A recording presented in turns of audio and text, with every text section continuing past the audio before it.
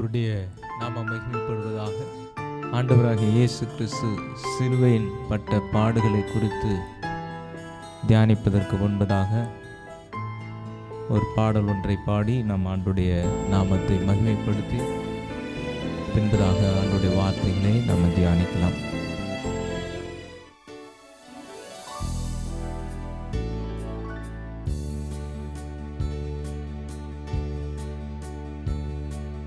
கல்வாரியின் கருணையிதே காயங்களில் காணுதே, கர்த்தனேசு பாருனக்காய் கஷ்டங்கள் சகித்தாரே, கர்த்தனேசு பாருனக்காய் கஷ்டங்கள் சகித்தாரே. விலையேற பெற்ற திரு ரத்தமே அவர் வீலாவில் நின்று பாயுதே, விலையேற பெற்றோனாய் உன்னை மாற்ற விலையாக ஈந்தனரே. விலையேற பெற்றோனாய் உன்னை மாற்ற விலையாக ஈந்தனரே. பொன்வெள்ளியோ மண்ணின் வாழ்வோ இவ்வன்பு கிளையாகுமோ,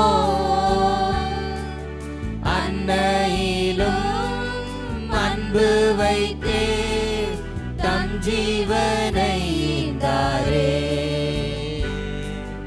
அன்னையிலும் அன்பு வைத்தே தம் ஜீவனை ஈந்தாரே.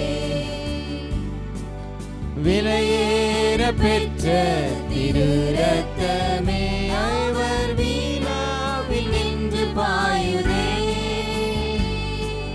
விலையேற பெற்றோராய் உன்னை மாற்ற விலையாக ஈந்தனரே. விலையேற பெற்றோராய் உன்னை மாற்ற விலையாக ஈந்தனரே. சிந்தையிலே பாரங்களும் நிந்தைகள் ஏற்றவராய் தொங்குகிறார் பாதகன் போல் மங்கா வாழ்வளிக்கவே, தொங்குகின்றார் பாதகன் போல் மங்கா வாழ்வளிக்கவே. விலையேற பெற்ற திரு ரத்தமே அவர் வீலாவில் நின்று பாயுதே, விலையேற பெற்றோராய் உன்னை மாற்ற விலையாக ஈந்தனரே. விலையேற பெற்றோராய் உன்னை மாற்ற விலையாக ஈந்தனரே. எந்தனுக்காய் கல்வாரியில் இந்த பாடுகள் பட்டி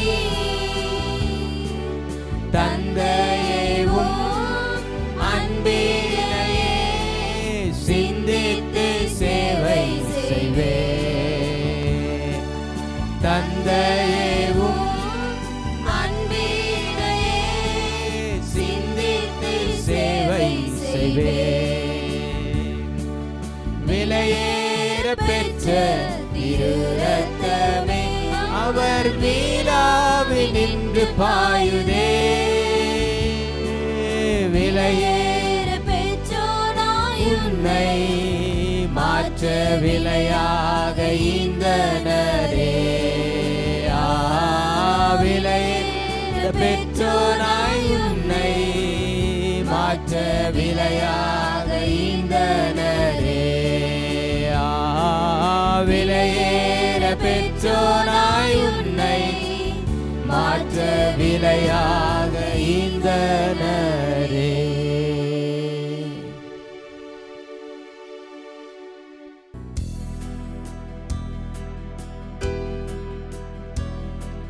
சிலுவை சுமந்த உருவம், சிந்தின ரத்தம் புரண்டோடியே நதி போலவே பாய்கின்றதே. நம்பியே சுவண்டை வா,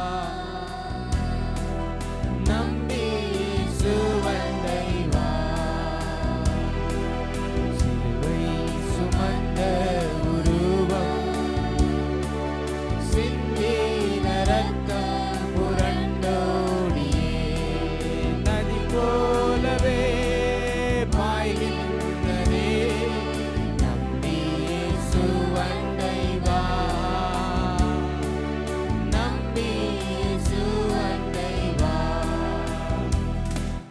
பொல்லா உலக சிற்றின்பங்கள் எல்லாம் அழியும் மாயை.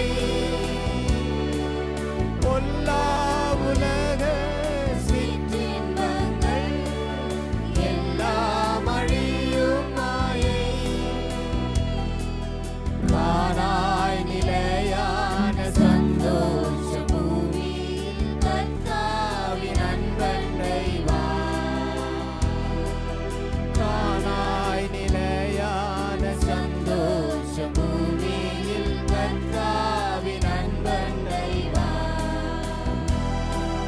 சிலுவை சுமந்த உருவம், சிந்தின ரத்தம் புரண்டோடியே நதி போலவே பாய்கின்றதே. நம்பியே சுவண்டை வா, நம்பியே சுவண்டை வா. ஆத்தும மீட்பை பெற்றிடாமல் ஆத்ம நஷ்டமடைந்தார். ஆத்தும மீட்பை பெற்றிடாமல் ஆத்ம நஷ்டமடைந்தார். லோக முழுவதும் ஆதாயமாக்கியும் லாபம் ஒன்றுமில்லையே. லோக முழுவதும் ஆதாயமாக்கியும் லாபம் ஒன்றுமில்லையே. சிலுவை சுமந்த உருவம், சிந்தின ரத்தம் புரண்டோடியே நதி போலவே பாய்கின்றதே. நம்பியே சுவண்டை வா, நம்பியே சுவண்டை வா. பாவ மனித ஜாதிகளை பாசமாய் மீட்க வந்தார். பாவ மனித ஜாதிகளை பாசமாய் மீட்க வந்தார். பாவ பரிகாரி கர்த்தரே சுநாதர் பாவம் எல்லாம் சுமந்தார். பாவ பரிகாரி கர்த்தரே சுநாதர் பாவம் எல்லாம் சுமந்தார்.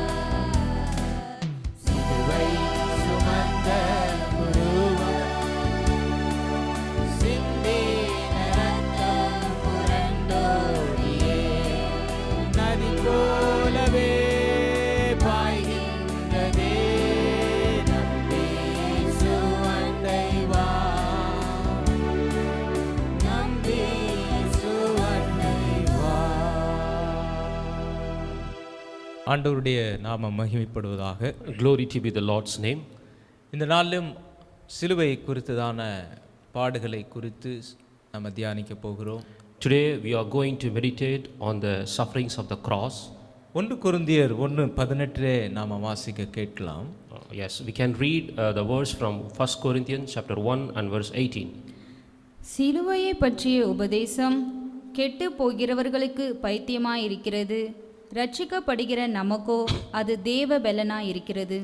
For the preaching of the cross is to them that perish foolishness, but unto us which are saved, it is the power of God. ஆண்டவராகிய இயேசு கிறிஸ்து கல்வாரி சிலுவையிலே பல பாடுகளை பட்டார் என்று நாம் யாவரும் அறிந்திருக்கிறோம். We know that Lord Jesus Christ has suffered many things on the cross. மத்தேயு 27:26 நாம் வாசிக்கிற வேளையிலே அவர் வாரினாலே அடித்தார்கள் என்று சொல்லி வாசிக்க முடியும். When you read in Matthew chapter 27:26, it is mentioned he was scourged. மத்தேயு 27:28 வாசிக்கிற வேளையிலே அவருடைய வஸ்திரங்களை எல்லாம் கழற்றினார்கள் என்று வாசிக்க முடியும். When you read in Matthew chapter 27 and 28, it is written they stripped his dress. மத்தேயு 27:29 வாசிக்கிறோம் முள்முடி சூடினார்கள் என்று வாசிக்கிறோம். In Matthew chapter 27 and 29, it is mentioned they have made a twisted a crown of thorns and they put it on his head. மத்தேயு 27:30 வாசிக்கிறோம் துப்பினார்கள் என்று சொல்லி வாசிக்கிறோம். In Matthew chapter 27:30, it is mentioned they spat on him. மத்தேயு 27:31 வாசிக்கிறவல்ல பரியாசம் பண்ணினார்கள் என்று வாசிக்கிறோம். And Matthew chapter 27:31, it is written they had mocked him. ஆண்டவராகிய இயேசு கிறிஸ்து ஏறக்குறைய 15 அடி நீளமும் 8 அடி அகலம் கொண்ட 150 எடை உள்ள ஒரு பார சிலுவையை அவர் சுமந்து கொல்கதா மலைக்கு சென்றார். Approximately about 15 feet long and 8 feet width and around 150 kg weight of cross, Jesus bears the cross to the Mount of Golgotha. ஏறக்குறைய 39 முறை அவரை வாரினால் அடித்தார்கள். Approximately about 39 times he was scourged. யூதர்களின் முறையின்படி 40 முறை அடிக்க வேண்டும். But it is the custom of the Jew to be scourged for 40 times. இவ்வளவு அடிகளையும் பாடுகளையும் உங்களுக்காகவும் எங்களுக்காகவும் அவர் ஆண்டவர் அடிக்கப்பட்டு நொறுக்கப்பட்டார். Because for us Jesus was scourged and mocked and spat. சிலுவையிலே பார்க்கிறோம் ஆண்டவராகிய இயேசு கிறிஸ்து ஒரு 7 வார்த்தைகளை அந்த சிலுவையிலே பேசினார். When Jesus was hanging on the cross, he uttered 7 words particularly. லூக்கா 23:34 வசனத்திலே வாசிக்கிறோம் பிதாவே இவர்களுக்கு மன்னியும் என்று சொன்னார். When we read in Luke Gospel, Luke 23:34, it is written, Jesus said, Father, forgive them. 23:43 வாசிக்கிறோம் இன்றைக்கு நீ என்னோட கூட பரதேசில் இருப்பாய் என்று சொன்னார். And same Luke 23:43, it is written, today you will be with me in paradise. யோவான் 19:26-27 வாசிக்கிறோம் அதோ உன் மகன் அதோ உன் தாய் என்று சொல்லி மூன்றாவது வார்த்தை சிலுவையிலே பேசினார். In John Gospel chapter 19 and 26-27, Jesus uttered the third word. It is written, he said to his mother, woman, behold your son. Then he said to his disciple, behold your mother. மத்தேயு 27:46 வாசிக்கிறோம் என் தேவனே ஏன் என்னை கைவிட்டீர் என்று சொல்லி சொன்னார். And as a fourth word, it is written in Matthew chapter 27:46, Jesus cried out with a loud voice saying, Eli Eli lama sabachthani. யோவான் 19:28 வாசிக்கிற வேளையிலே ஆண்டவராகிய இயேசு கிறிஸ்து தாகமாய் இருக்கிறேன் என்று சொல்லி ஐந்தாவது வார்த்தை பேசுகிறார். And that is a fifth word. It is written in John Gospel 19:28, I thirst. யோவான் 19:30 வாசிக்கிறோம் பொழுது முடிந்தது என்று சொல்லி உரைத்தார். In John Gospel 19 and verse 30, he said, it is finished. லூக்கா 23:47 வாசிக்கிற வேளை பிதாவே உம்முடைய கைகளில் என் ஆவியை ஒப்புவிக்கிறேன் என்று சொல்லி ஏழாவது வார்த்தை அவர் பேசினார். In Luke Gospel 23 and 46, it is a last word he uttered as cried out with a loud voice. He said, Father, into your hands and commit my spirit. Hallelujah. Hallelujah. அனுதினமும் சிலுவையை நோக்கி பார்க்கிற வேளை every day and each moment, if you are going to look at the cross, நமக்கு அந்த சிலுவையிலிருந்து ஒரு பலன் உண்டாகிறது. We will get a mighty strength from the cross. முதலாவது நாம் பார்க்கிற வேளை சரீர பாடுகளை தாங்குவதற்கு ஒரு தேவ பலன் தேவைப்படுகிறது. The first strength, we need to have the physical burden in our life. We need a strength. ஆண்டவராகிய இயேசு கிறிஸ்து நாம் பார்க்கிறோம் ஒரு பார சிலுவையை அவர் சுமந்தார். And we are seeing that the Lord is carrying a huge weight cross to the Mount of Golgotha. மலை உச்சிக்கு அந்த கல்வாரி சிலுவையை அவர் சுமந்து சென்றார். He was taking that Calvary of the cross to the top of the mount. சிலுவையிலே அவர் அறையப்பட்டார். He was crucified on the cross. 150 எடையுள்ள அந்த பார சிலுவையை உங்களுக்காகவும் அவர் சுமந்து சென்றார். Almost 150 weight kg of that cross he was carrying to the Mount of Golgotha because for us sake. ஒருவேளை இந்த நாளில் இந்த செய்தியை கேட்டுக்கொண்டிருக்கிற அருமையான தேவ ஜனமே, beloved child of God who are hearing this message today, உங்களுடைய சரீரத்தில் பல வேதனைகளை பாடுகளை நீங்கள் சுமந்து கொண்டிருக்கலாம். Maybe you have a physical pain or physical agony or physical suffering in your physical body. ஆனால் ஆண்டவராகிய இயேசு கிறிஸ்து சுமந்த அந்த சிலுவையை நோக்கி நீங்க பார்க்கிற வேளையிலே நிச்சயமாகவே ஒரு தேவ பலன் உங்களுக்கு கிடைக்கும். But through in midst of the physical agony and physical suffering and pain, if you are going to look at the cross carrying God, you will get a mighty strength to bear your physical body. அவர் Gethsemane தோட்டத்திலே ஜெபிக்கிற வேளையிலே ஒரு தூதன் வந்து அவரை பலப்படுத்தினான் என்று சொல்லி லூக்கா 22:43 வாசிக்க முடியும். In Luke Gospel chapter 20:43 we are reading, when he was very burdened above agony and he was distressed, at that time an angel came and comforted him. அந்த வசனத்தை நம்ம வாசிக்க கேட்கலாம். Let me read that verse. அப்பொழுது வானத்திலிருந்து ஒரு தூதன் தோன்றி அவரை பலப்படுத்தினான். And there appeared an angel unto him from heaven, strengthening him. இயேசு கிறிஸ்துவை ஒரு தூதன் பலப்படுத்தினார். An angel strengthened Lord Jesus Christ. இன்றைக்கு ஒருவேளை சரீரத்திலே பல பாடுகளை நீங்கள் சுமந்து கொண்டிருக்கலாம். Maybe you are carrying a huge physical pain or agony in your body today. அதை தாங்குவதற்கு ஒரு பலன் தேவை. அந்த பலன் கல்வாரி சிலுவையிலே உண்டு. To withhold that pain you need a strength. That strength is available in the cross. Hallelujah. Hallelujah. இரண்டாவது நாம் பார்க்கிறோம், இந்த சிலுவை நோக்கி பார்க்கிற வேளை சத்துருக்களை மன்னிக்க ஒரு தேவ பலன் கிடைக்கும். The second thought, when you are going to look up at the cross, you get a strength to forgive your enemies. You should need a strength. லூக்கா 23:34 வாசிக்கிறோம். When you are going to lead in Gospel Luke chapter 23 and verse 34. அப்பொழுது இயேசு, பிதாவே இவர்களுக்கு மன்னியும், தாங்கள் செய்கிறது இன்னதென்று அறியாதிருக்கிறார்களே என்றார். அவருடைய வஸ்திரங்களை அவர்கள் பங்கிட்டு சீட்டு போட்டார்கள். Luke Gospel chapter 23 and verse 34. Then said Jesus, Father, forgive them, for they know not what they do. And they parted his raiment and cast lots. இந்த வசனத்திலே நாம் வாசிக்கிறோம், பிதாவே இவர்களுக்கு மன்னியும். In this verse it is mentioned, Father, forgive them. To forgive your foes or enemies, you really need a strength. உங்களுடைய சத்துருக்களையும் எதிராளிகளையும் மன்னிப்பதற்கு உங்களுக்கு ஒரு மிகப்பெரிய ஒரு பலன் தேவை. And that strength you get from the cross. அந்த பலன் நீங்கள் சிலுவையிலிருந்து பெற்றுக்கொள்கிறீர்கள். மத்தேயு 5:44 வாசிக்கிறவல்ல நாம வாசிப்போம். In Matthew chapter 5:44 you can read it, this verse. நான் உங்களுக்கு சொல்லுகிறேன், உங்கள் சத்துருக்களை சிநேகியுங்கள், உங்களை சபிக்கிறவர்களை ஆசீர்வதியுங்கள், உங்களை பகைக்கிறவர்களுக்கு நன்மை செய்யுங்கள், உங்களை நிந்திக்கிறவர்களுக்காகவும் உங்களை துன்பப்படுத்துகிறவர்களுக்காகவும் ஜெபம் பண்ணுங்கள். But I say unto you, love your enemies, bless them that curse you, do good to them that hate you, and pray for them which despitefully use you and persecute you. இங்கே வாசிக்கிறோம், ஆண்டவராகிய இயேசு கிறிஸ்து சொல்றார், நான் உங்களுக்கு சொல்கிறேன், உங்க சத்துருக்களை சிநேகியுங்கள் என்று சொல்றார். Here the Lord Jesus Christ is telling, but I say unto you, love your enemies. கொலோசியர் 3:13 கூட நாம வாசிக்க. You can also read the verse Colossians chapter 3 and verse 13. ஒருவரை ஒருவர் தாங்கி ஒருவர் பேரில் ஒருவருக்கு குறைபாடு உண்டானால் கிறிஸ்து உங்களுக்கு மன்னித்தது போல ஒருவருக்கொருவர் மன்னியுங்கள். Colossians chapter 3 and verse 13 says, forbearing one another and forgiving one another, if any man have a quarrel against any, even as Christ forgave you, so also do you.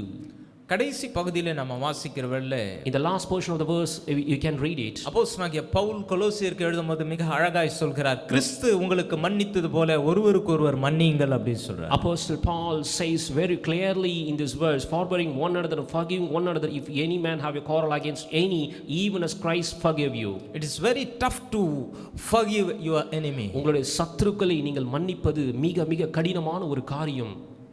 To do that you need a real strength. ஆனால் அப்படி மன்னிக்கிற ஒரு சுபாவத்தை நீங்கள் பெறுவதற்கு ஒரு நிச்சயமாக ஒரு மிகப்பெரிய பலன் தேவை. And that strength you get it from the cross. அந்த பலனை நீங்கள் சிலுவையிலிருந்து பெற்றுக்கொள்கிறீர்கள். Hallelujah. Hallelujah.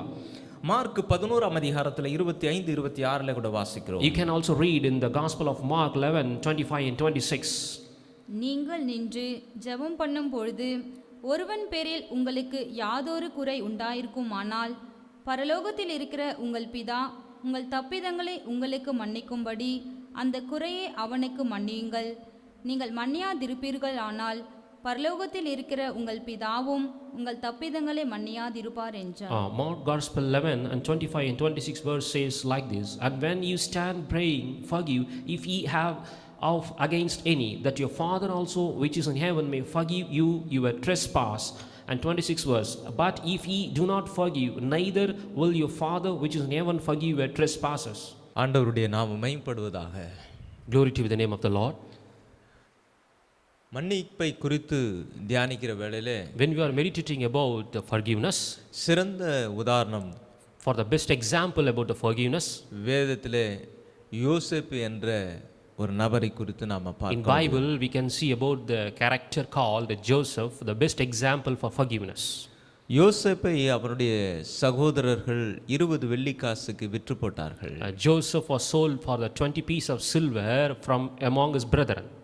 அடிமையாய் எகிப்துக்கு போய் பல பாடுகளை யோசேப்பு அனுபவித்தார். In Egypt, Joseph suffered an untold sufferings. யோசேப்பை ஆண்டவர் எகிப்திலே உயர்த்துகிறார் அவர். But at an appointed time, God lifted Joseph in Egypt. கானான் தேசத்திலே மிகப்பெரிய பஞ்சம் வந்தபோது Particular time, there came a big famine in the land of Canaan. யோசேப்பினுடைய சகோதரர்கள் எகிப்துக்கு உணவு தேடி வருகிறார்கள். For the need of food and provision, Joseph's brother came for the search of the food and provision to Egypt. யோசேப்புக்கு இப்ப நல்ல ஒரு சந்தர்ப்பம் இவருடைய சகோதரர்களை பழி வாங்குவதற்கு. When Joseph recognized his brethren, Joseph had a good chance to take a revenge for the act what they had done to them. ஆனா யோசேப் அப்படி செய்யவில்லை. But Joseph didn't do so. நீங்கள் ஆதியாகமம் 45ஆம் அதிகாரத்திலே 9வது வசனத்திலே நாம வாசிக்கிற வேளையிலே When you read in Genesis 45 and 9th verse, நீங்கள் சீக்கிரமாய் என் தகப்பனிடத்தில் போய் தேவன் என்னை எகிப்து தேசம் முழுதுக்கும் அதிபதியாக வைத்தார், என்னிடத்தில் வாரும், தாமதிக்க வேண்டாம். Haste and go up to my father and say unto him, Thus saith thy son Joseph, God hath made me Lord of all Egypt, come down unto me, tarry not. யோசேப்பு சொல்றார் தன் சகோதரரிடத்திலே, Joseph was replying these words to his brethren, நீங்க சீக்கிரமா என் தகப்பனிடத்திற்கு போய் Haste and go up to my father. தேவன் எகிப்து தேசத்திற்கு முழுவதும் என்னை அதிபதியாக வைத்திருக்கிறார். God hath made me Lord of all Egypt. நீங்க என்னிடத்துல அவரை கூட்டிக் கொண்டு வாங்க அப்படின்னு சொல்லி அனுப்புகிறார். Come down unto me. யோசேப்பினுடைய சகோதரர்கள் எல்லாம் அவருடைய தகப்பனார் எல்லாம் எகிப்து தேசத்துக்கு வருகிறார்கள். So at a particular time, Joseph's brethren and his father, everybody gathered and came to Egypt. யோசேப்பினுடைய சகோதரர்கள் யோசேப்பை பார்த்து சொல்றார், நான் உங்களுக்கு அடிமை என்று சொல்கிறார்கள். Joseph's brethren, looking up Joseph, said, We are slave to you. ஆதியாகமம் 50:18 கூட நாம வாசிக்க கேட்கலாம். Genesis chapter 50 and 18 and 19th verse. பின்பு அவனுடைய சகோதரரும் போய் அவனுக்கு முன்பாக தாழ விழுந்து, இதோ நாங்கள் உமக்கு அடிமைகள் என்றார்கள். யோசேப்பு அவர்களை நோக்கி, பயப்படாதிருங்கள், நான் தேவனா. And 18th verse says, And his brethren also went and fell down before his face, and they said, Behold, we by thy servants. And 19th verse, And Joseph said unto them, Fear not, for am I in the place of God? நான் தேவனா அப்படின்னு சொல்றார். Am I in the place of God? யோசேப்புக்கு ஒரு நல்ல ஒரு சந்தர்ப்பம் இவர்களை பழிவாங்கலாம் என்ற எண்ணம் இருந்திருந்தால், if in case Joseph had a thinking to take revenge of his brethren, this is a beautiful and appropriate time to take a revenge. ஆனால் யோசேப்பு பார்க்கிறோம், அந்த நாட்களிலே வேத புத்தகம் இல்லாத நாட்களிலே ஆண்டவராகிய இயேசு கிறிஸ்து சொல்லி வைத்த அந்த வேத வார்த்தைகளை, மன்னிப்பு குறித்ததான வேத வார்த்தைகளை அவர் கடைபிடிக்கிறதை நம்மளால பார்க்க முடியும். But if you see the life of Joseph in this particular situation, even though if he had a chance to take a revenge, but in the time without the Bible, without having a Bible, he is exactly following what the Bible says. யோசேப்பினுடைய மன்னிக்கிற ஒரு சுபாவத்தை நாம பார்க்கிறோம். There you can see exactly what the Bible says about the forgiveness. He is exactly following the word forgiveness in this context. இன்றைக்கு கர்த்தர் நம்மளுடைய கரத்திலே வேத புத்தகத்தை கொடுத்திருக்கிறார். But in this situation we are provided with good Bible. அதிலே ஆண்டவர் எப்படி மன்னிக்க வேண்டும் என்பதை அடிச்சுவடுகள் எல்லாம் நமக்கு சொல்லி கொடுத்திருக்கிறார். In this Bible, God has dictated how to forgive our enemies and how to make reconciliation. Everything is mentioned in Bible. யோசேப்பு தன் சொந்த சகோதரர்களால் துன்புறுத்தப்பட்ட அந்த சூழ்நிலையிலும் யோசேப்பு அவர்களை மனப்பூர்வமாக மன்னிக்கிறார். In that situation, even this brothers hated Joseph and done evil to him, but Joseph wholeheartedly he forgave them.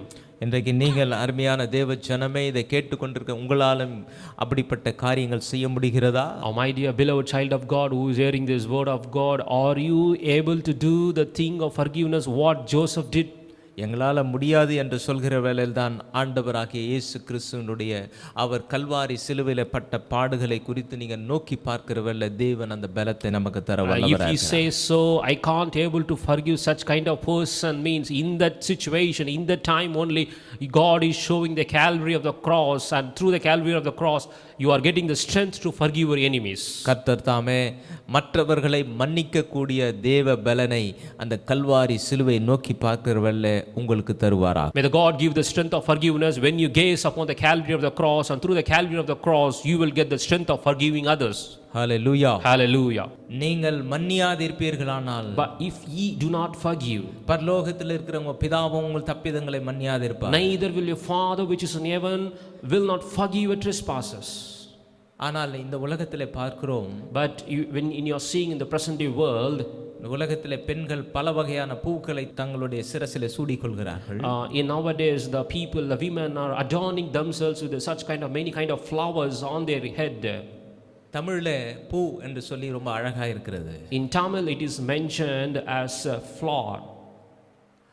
ஆனால் எந்த பூ நமக்கு தேவை என்று சொன்னால் அன்பு என்ற பூ தேவை.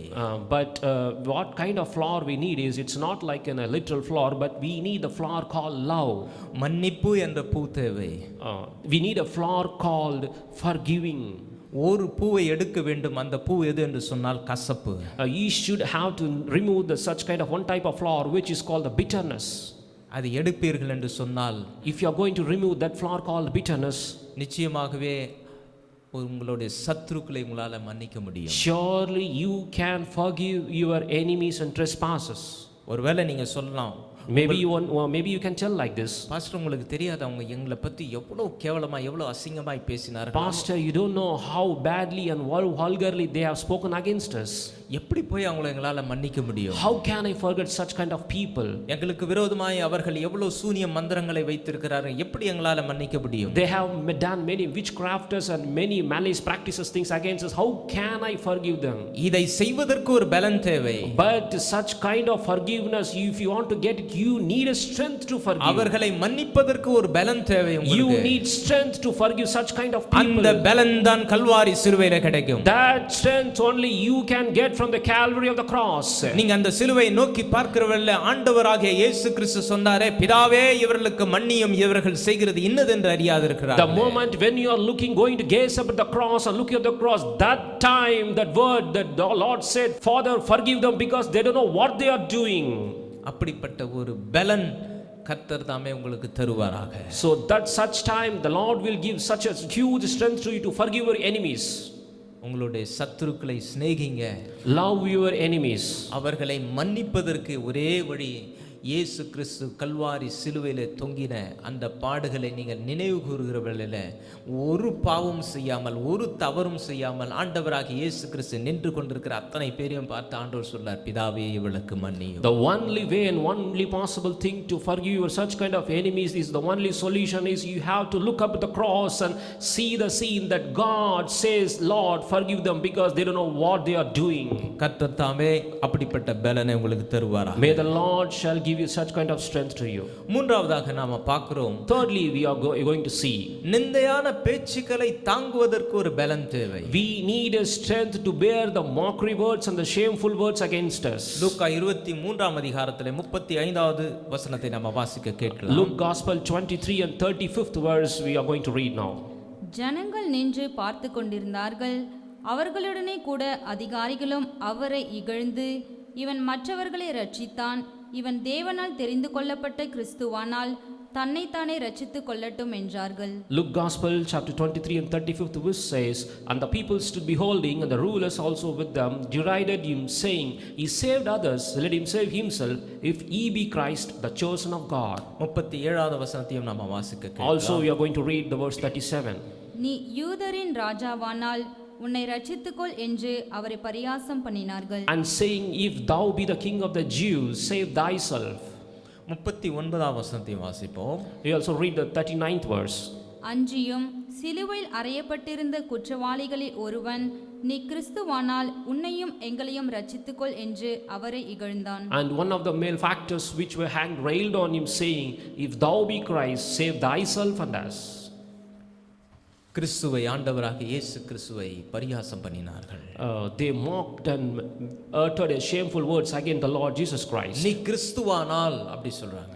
If you be a Christ, நீ யூதருக்கு ராஜாவானால், if you be a king of a Jew, இந்த சத்தத்தை கேட்டுக்கொண்டிருக்கிற அருமையான தேவஜனமே, oh beloved child of God who are hearing this voice right now, ஒருவேளை நீங்க அநேக நிந்தையான வார்த்தைகளை அனுதினமும் உங்களுடைய வாழ்க்கையில நீங்க கேட்டுக்கொண்டிருக்கலாம். maybe in your day to life you are hearing a blasphemy word or a shameful word in your life. நீ படிக்கல, you are uneducated, ஒருவேளை உங்களுக்கு அழகில்லை என்று சொல்லலாம். you may not have a outward appearance or a beauty, உனக்கு குழந்தை இல்ல, மலடியா இருக்கலாம் என்று சொல்லலாம். you are a barren woman.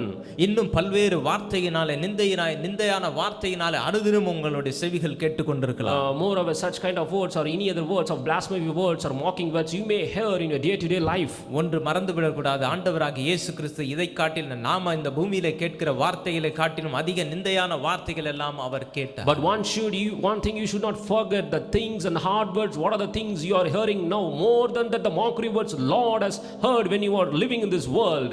இந்த நிந்தையான பேச்சுகள் யார் எவ்வளவு பேசினாலும் இதை தாங்குவதற்கு ஒரு பலன் தேவை. அந்த பலன் கல்வாரி சிலுவையிலே உண்டு. What are the blasphemy words and mockery words, whatever the people speak against you to withhold that blasphemy words, if you need a strength, that strength is available at the Calvary of the cross. Hallelujah, hallelujah. மூன்றாவது நாம் பார்த்தோம், நிந்தையான பேச்சுகளை தாங்க உங்களுக்கு ஒரு பலனை ஆண்டவர் சிலுவையிலே தருகிறார். So thirdly, we have seen that we need a strength to bear such a blasphemy and shameful words and mockery words. நான்காவது நாம பார்க்கிறோம், fourthly, we are going to see, கசப்பான அனுபவங்களை தாங்க ஒரு தேவ பலன் தேவை. we should need a lot of strength to bear the bitter experiences. லூக்கா 23:36 கூட நாம வாசிக்க கேட்கலாம். Luke Gospel 23:36 we are going to read now. போர் சேவகரும் அவரிடத்தில் சேர்ந்து அவருக்கு காடியை கொடுத்து, and the soldiers also mocked him, coming to him and offering him vinegar. ஆண்டவராகிய இயேசு கிறிஸ்துவுக்கு தாகம் எடுத்த பொழுது, when Lord Jesus Christ had thirst in the Calvary, அவருக்கு கசப்பு கலந்த காடியை கொடுத்தார்கள். they gave him a vinegar. ஒருவேளை அவருக்கு சரீர பிரகாரமான தாகமாகவும் இருந்திருக்கலாம், maybe it may be a physical thirst, ஒருவேளை ஆத்ம தாகமும் இருந்திருக்கலாம், or else it may be a spiritual thirst. ஒரு கசப்பான உங்களுடைய வாழ்க்கையிலே அனுபவங்களை தாங்குவதற்கு ஒரு பலன் தேவை. You should need a strength to bear the bitter experiences in your life. வியாதி என்ற ஒரு கசப்பிலே நீங்கள் வாடிக்கொண்டிருக்கலாம். maybe the bitterness may be your sickness. ஒருவேளை ஒரு மனிதன் பேசின ஒரு வார்த்தை, கசப்பான வார்த்தைகளை கேட்டு அதனாலே நீங்கள் வேதனை அடைந்து கொண்டிருக்கலாம். maybe the word which is the bitter word is spoken against you by some of them. வேதத்திலே அன்னாள் என்ற ஒரு பெண்மணி குறித்து நாம வாசிக்க முடியும். in Bible scripture you can read about a woman called Hannah. பெனினாள் என்றவள் அன்னாளை வார்த்தையினாலே மணிமடம் உண்டாக்கினாள். and another woman called Peninnah, her co-wife, was provoking and mocking and making a fret by her words. நீங்க அதை 1 சாமுவேல் 1ஆம் அதிகாரத்திலே 6வது வசனத்தை வாசிக்க கேட்கலாம். You can see this incident in 1 Samuel chapter 1 and 6th verse. கர்த்தர் அவள் கர்ப்பத்தை அடைத்தபடியினால் அவளுடைய சக்கலித்தை அவள் துக்கப்படும்படியாக அவளை மிகவும் விசனப்படுத்துவாள். அவள் கர்த்தருடைய ஆலயத்திற்கு போகும் சமயத்தில் அவன் வருஷந்தோறும் அந்த பிரகாரமாய் செய்வான். இவள் அவளை மனமடி வாக்குவாள்.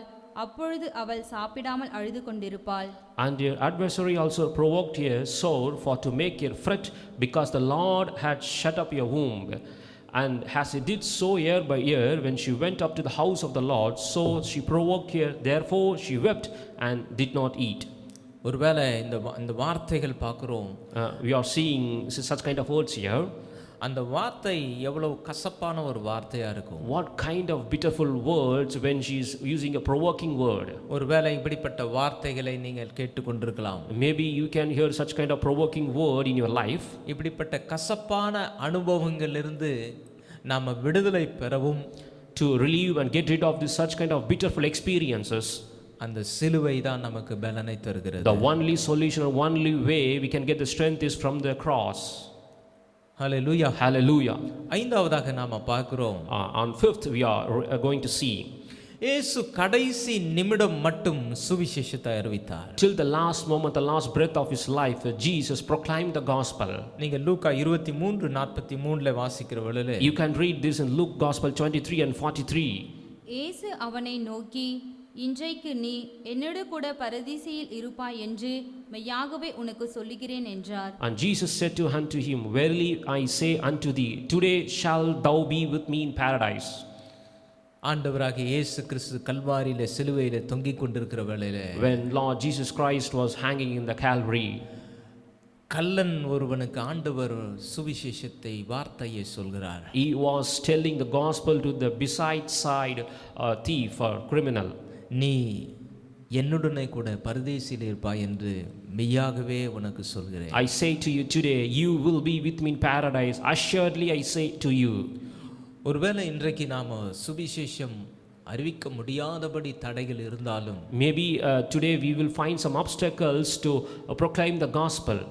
நாம் நன்றாக யோசித்து பார்க்கிற வேளை இயேசு சிலுவையிலே வேதனையோடு தொங்கிக் கொண்டிருக்கிற வேளையிலும் அவர் அந்த வார்த்தைகளை அந்த கல்லனிடத்தில் பேசுகிறார். If you are going to think very deeply, Lord Jesus Christ, when he was hanging on the Calvary in the cross, he was proclaiming the gospel. அதே போலவே Same wise, இன்றைக்கும் சரி today also, ஒருவேளை நீங்கள் சுவிசேஷம் சொல்ல முடியாதபடி தடைகள் இருந்தாலும் அந்த சிலுவை நோக்கி பார்க்கிற வேளையில நமக்கு ஒரு பலன் கிடைக்கிறது. அந்த கடைசி நிமிடத்தில் கூட ஆண்டவர் கல்லனுக்கு ஒரு வார்த்தையை பேசுறாரு. Maybe you find some obstacles or hindrances today to preach the gospel to others, but to overcome this hindrance and obstacle, if you're going to see the Calvary of the cross, there Jesus proclaimed the gospel till his last breath of his life. நிச்சயமாய் நான் விசுவாசிக்கிறேன், கர்த்தர் தாமே இந்த சத்தத்தை கேட்டுக்கொண்டிருக்கிற உங்களுக்கு அந்த சிலுவை நோக்கி பார்க்கிற வேளையிலே ஒரு பலன் உண்டாகும். அந்த பலன் எதற்கு என்று சொன்னால் ஆண்டவருடைய வார்த்தையை சுவிசேஷத்தை சொல்வதற்கு ஒரு பலன் அங்கே இருக்கிறது. Surely I believe those who are hearing this voice, and I believe surely God will give you the strength when you are going to look up the cross. He will give you the mighty strength to proclaim and preach the gospel to others. Hallelujah. Hallelujah. ஆறாவதாக நாம் கடைசியா பார்க்கிறோம். And sixthly we are going to read, பிதாவின் சித்தத்தை நிறைவேற்றுவதற்கு ஒரு தேவ பலன் தேவை. and sixthly we are going to read, and the last point, to fulfill the God's will, you need a strength. லூக்கா 23:46 கூட நம்ம வாசிக்க கேட்கலாம். When you're going to read in Luke Gospel 23 and 46. இயேசு, பிதாவே, உம்முடைய கைகளில் என் ஆவியை ஒப்புவிக்கிறேன் என்று மகா சத்தமாய் கூப்பிட்டு சொன்னார். இப்படி சொல்லி ஜீவனை விட்டார். Luke Gospel chapter 23 and 46. And when Jesus had cried with a loud voice, he said, Father, into thy hands I commend my spirit. And having said this, he gave up the ghost. பிதாவினுடைய சித்தத்தை ஆண்டவராகிய இயேசு கிறிஸ்து கல்வாரி சிலுவையிலே நிறைவேற்றினார். He fulfilled the Father's will in the Calvary of the cross. மத்தேயு 12:50 கூட வாசிக்க கேட்கலாம். In Matthew chapter 12:50 also you can read. பரலோகத்தில் இருக்கிற என் பிதாவின் சித்தத்தின்படி செய்கிறவன் எவனோ அவனே எனக்கு சகோதரனும் சகோதரியும் தாயுமாய் இருக்கிறான் என்றார். Matthew chapter 12 and verse 50 says, For whosoever shall do the will of my Father which is in heaven, the same is my brother and sister and mother. எபேசியர் 5:17 கூட வாசிக்கிறோம். Also we can read in the book of Ephesians chapter 5 and 17. ஆகையால் நீங்கள் மதியற்றவர்களா இராமல் கர்த்தருடைய சித்தம் இன்னதென்று உணர்ந்து கொள்ளுங்கள். Wherefore be ye not unwise, but understanding what the will of the Lord is. மத்தேயு 7:21 வாசிக்கிறோம். And Matthew chapter 7:21 you can read this. பரலோகத்தில் இருக்கிற என் பிதாவின் சித்தத்தின்படி செய்கிறவனே பரலோக ராஜ்யத்தில் பிரவேசிப்பானே அல்லாமல் என்னை நோக்கி கர்த்தாவே கர்த்தாவே என்று சொல்லுகிறவன் அதில் பிரவேசிப்பதில்லை. Not everyone that saith unto me, Lord, Lord, shall enter into the kingdom of heaven, but he that doeth the will of my Father which is in heaven. ஆண்டவருடைய சித்தத்தை நிறைவேற்றுவது என்பது மிகுந்த ஒரு கடினமான ஒரு வேலை. To fulfill the Lord's will, it's a toughest thing. ஏனென்று சொன்னால் நமக்கென்று ஒரு சுய விருப்பம் இருக்கும். Because we have somewhat of some own desires. அந்த விருப்பத்தை நாம் நிறைவேற்றணும் என்று சொல்லி பிரயாசமும் படுவோம். We will strive hard to fulfill our own desires. ஆனால் ஆண்டவர் நம்மளை குறித்துதான வேற ஒரு சித்தத்தை திட்டத்தை ஆண்டவர் வைத்திருப்பார். But apart from our own desires, God has a separate plan and a separate will for our life. அந்த சித்தத்தை நிறைவேற்றுவதற்கு அதற்கு ஒத்துப்போவதற்கு நமக்கு ஒரு பலன் தேவை. To agree for the Lord's will and to fulfill that such kind of Lord's will, we need a strength. அந்த பலன் எங்கே கிடைக்கும் என்று சொன்னால் கல்வாரி சிலுவையிலே. Where do you find or where do you get this strength? The only way is you can find this strength in the Calvary of the cross. ஆண்டவருடைய சித்தத்தை, ஆண்டவருடைய காரியங்களை, சித்தத்தை நமக்கு தெரிவுபடுகிற நமக்கு அது கிடைக்கிற வேளையிலே அந்த சித்தம் நமக்கு உள்ளே மனதிலே வைத்திருக்கிற அந்த சித்தத்திற்கு ஒத்து போகாத வேளையிலே அது மிகப்பெரிய ஒரு போராட்டமாய் காணப்படும். If you are going to come to know about the Lord's will about your life and to fulfill our Lord's will in your life, we will find some huge struggle or dilemma in your life because our own desire and the will fight against each other. ஆனால் ஆண்டவராகிய இயேசு கிறிஸ்து கல்வாரி சிலுவையிலே பிதாவினுடைய சித்தத்தை அவர் பூர்ணமாய் நிறைவேற்றினார். But if you see in the Calvary of the cross, Lord Jesus Christ perfectly and fully finished the will of the Lord. ஆண்டவருடைய நாமம் மகிமைப்படுவதாக. Glory to be the name of the Lord. வேதத்திலே ஒரு சிறந்த உதாரணத்தை, தேவ சித்தத்தை நிறைவேற்றின ஒரு மனுஷனை குறித்து நம்மளை பார்க்க முடியும். In Bible, to fulfill the Lord's will, we can see a best example or example character in Bible. புதிய ஏற்பாட்டில் சவுலை குறித்து நம்மளால பார்க்க முடியும். In New Testament, we can see a person called Saul. அப்போஸ்தலர் 9ஆம் அதிகாரத்திலே 1வது வசனத்திலே வாசிக்கிற வேளையிலே, When you read in Acts chapter 9 and verse 1, Saul என்பவன் இன்னும் கர்த்தருடைய சீஷரை பயமுறுத்தி கொலை செய்யும்படி சீறி பிரதான ஆசாரியரிடத்திற்கு போய், and Saul, at breathing out threatenings and slaughter against the disciples of the Lord, went unto the high priest. Saul என்பவன் இந்த வசனத்திலே வாசிக்கிறோம். When we read about the person Saul in this verse, சீஷர்களை பயமுறுத்தி கொலை செய்யும்படி, to threaten the disciple and slaughter the disciple, பிரதான ஆசாரியனிடத்திலே அனுமதி பெற்றிருந்தான். he got a permission from the high priest. 13ஆம் வசனத்திலே நாம வாசிக்கிறோம். In 13th verse we see, அதற்கு அனனியா, ஆண்டவரே, இந்த மனுஷன் எருசலேமில் உள்ள உம்முடைய பரிசுத்தவான்களுக்கு எத்தனையோ பொல்லாங்குகளை செய்தான் என்று அவனை குறித்து அநேகரால் கேள்விப்பட்டிருக்கிறேன். Then Ananias answered, Lord, I have heard by many of this man how much evil he hath done to thy saints at Jerusalem. 13ஆம் வசனத்திலே பிற்பகுதியிலே நம்ம வாசிக்கிற வேளையிலே, In the latter portion of the 13th verse, எத்தனையோ பொல்லாங்குகளை செய்தான் என்று சொல்லி வாசிக்கிறோம். I heard many of this man how much evil he hath done to the saints. 14வது வசனத்திலே நம்ம வாசிக்கிற வேளையிலே, And in 14th verse also, if you read, இங்கேயும் உம்முடைய நாமத்தை தொழுது கொள்ளுகிற யாவரையும் கட்டும்படி அவன் பிரதான ஆசாரியர்களால் அதிகாரம் பெற்றிருக்கிறானே என்றான். And in 14th verse we read, and here he hath authority from the chief priestess to bind all that call on their name.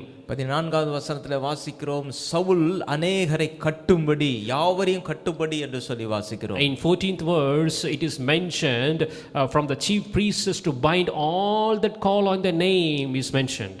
சவுலினுடைய விருப்பத்தை அந்த 3 வசனங்களிலே நம்மளால பார்க்க முடிகிறது. You can see the Saul's inner desire in these 3 verses. முதலாவது நாம் பார்க்கிறோம், கொலை செய்யும்படி என்று சொல்லி பார்த்தோம். In the first verse we have seen that he want to slaughter the disciple. 13ஆம் வசனத்திலே வாசிக்கிற வேளையிலே எத்தனையோ பொல்லாங்குகளை செய்தான் என்று சொல்லி வாசிக்கிறோம். In 13th verse we have read how much evil he hath done to the saints. 14வது வசனத்திலே நாம் வாசிக்கிறோம், யாவரும் கட்டும்படி அவன் பிரதான ஆசாரியனிடத்திலே அதிகாரம் பெற்றிருந்தான். And 14th verse you read he got a permission to bind all that call on the name from chief priest. இவைகளிலே வாசிக்கிற வேளையிலே நம்ம அறிந்து கொள்ள முடிகிறது சவுலினுடைய உள்ளான விருப்பம் அதுவாதான் இருந்தது. By seeing these verses we can able to understand that Saul's inner desire. ஆனால் சவுலை குறித்து ஆண்டவர் வேற ஒரு சித்தத்தை வைத்திருந்தார். But instead of this, but God has a separate plan and separate will about Saul. அந்த சித்தத்தை 9:15 நம்மளால வாசிக்க முடிகிறது. About that will we can read in our Acts chapter 9 and verse 15. அதற்கு கர்த்தர், நீ போ, அவன் புறஜாதிகளுக்கும் ராஜாக்களுக்கும் இஸ்ரவேல் புத்திரருக்கும் என்னுடைய நாமத்தை அறிவிக்கிறதற்காக நான் தெரிந்து கொண்ட பாத்திரமாயிருக்கிறான். But the Lord said unto him, Go thy way, for he is a chosen vessel unto me to bear my name before the Gentiles and kings and the children of Israel. அனனியாவை பார்த்து ஆண்டவர் சொல்கிறாரே, When looking up Ananias, Lord said, நீ போ சவுலினிடத்துல போகும்படியாய் சொல்கிறார். Go their way, go to Saul, he said. அப்போ சவுலினுடைய சித்தம் என்ன என்பதை குறித்து அனனியாவிடத்திலே ஆண்டவர் பேசுகிறார். Here God revealed to Ananias what is the will about Saul. அவன் புறஜாதிகளுக்கும் To the Gentiles ராஜாக்களுக்கும் and to the kings Israel புத்திரருக்கும் and to the children of Israel அவருடைய நாமத்தை அறிவிக்கிறதுக்காக தெரிந்து கொள்ளப்பட்ட ஒரு பாத்திரம் என்று சொல்கிறார். he is a chosen vessel unto me to bear name before these people. இதுதான் ஆண்டவருடைய சித்தம் சவுலை குறித்ததா இருந்தது. This is the will of God about Saul. ஆனால் இன்றைக்கு பார்க்கிறோம் நம்மளுடைய காரியங்களிலே ஒருவேளை நமக்கு அப்படிப்பட்ட பல விருப்பங்கள் இருப்பினும் தேவனுடைய சித்தம் இன்னதென்று அறிந்து செயல்பட வேண்டும். Likewise, we in today's life we might have somewhat of desire in our heart, but we should focus what is about the will of God about us, what is the plan concerning about my life, and according to that we should lead our life. சவுலை ஆண்டவர் பவுலாய் மாற்றுகிறார். God changed Saul into Paul. ஆனால் இந்த பவுல் 2 தீமோத்தேயு 4:7 வாசிக்கிறவல்ல சித்தத்தை பூர்ணமாக நிறைவேற்றுகிறதை நாம வாசிக்க முடியும். About this Paul you can read in 2 Timothy chapter 4 and verse 7, he fulfilled perfectly the will of God. வாசிப்போம் அந்த வசனத்தை. Shall we read that verse?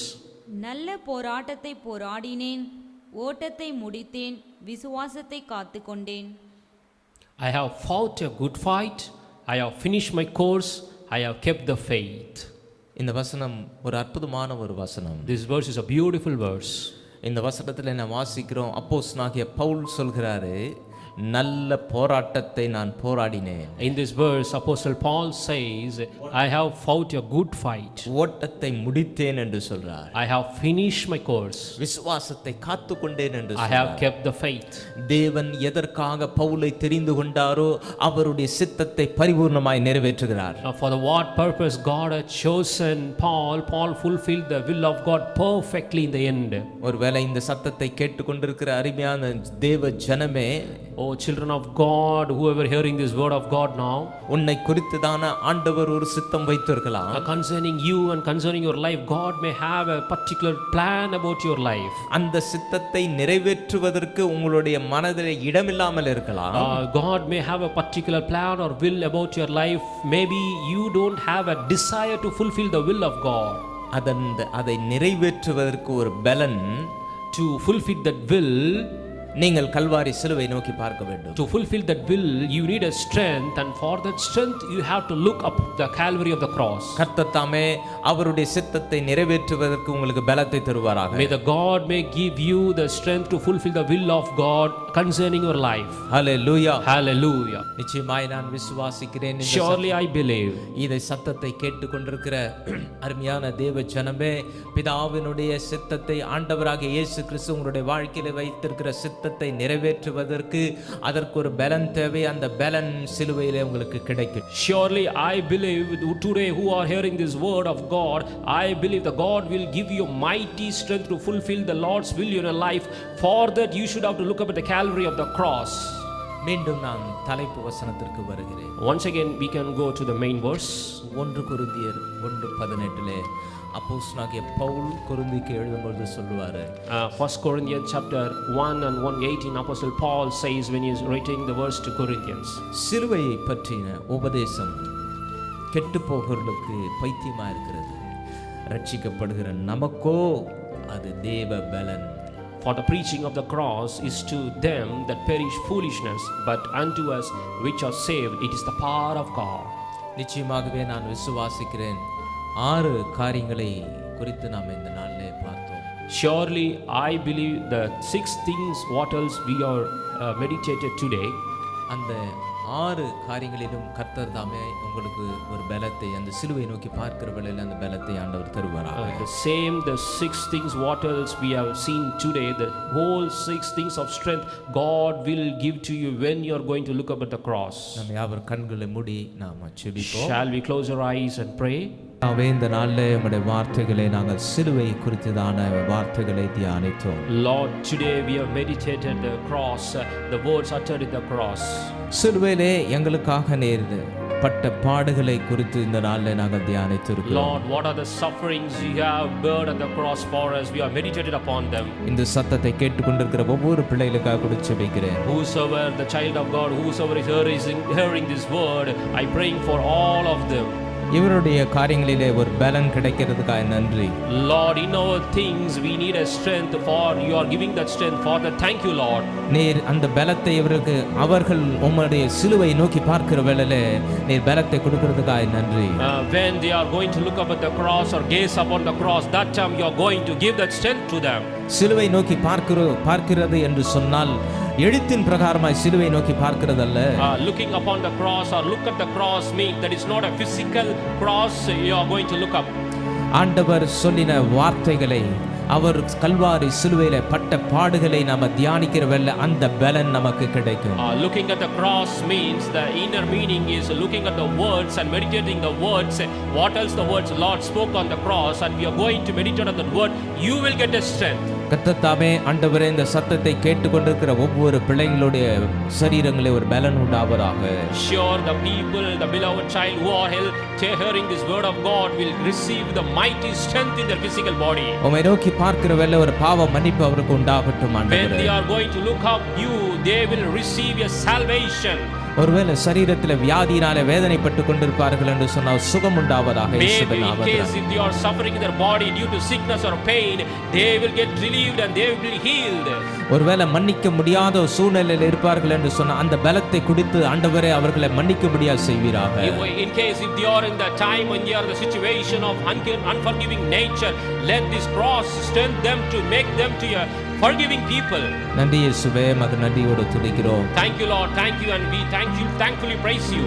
இந்த நாளிலே ஆண்டவரே உம்முடைய பாடுகளை குறித்து தியானிக்கும்படியாய் கொடுத்த இந்த நல்ல தருணத்திற்காய் எங்களுக்கு நன்றியோடு துதிக்கிறோம். Lord, we praise you to giving the beautiful time, a beautiful situation to think about and meditate upon the cross.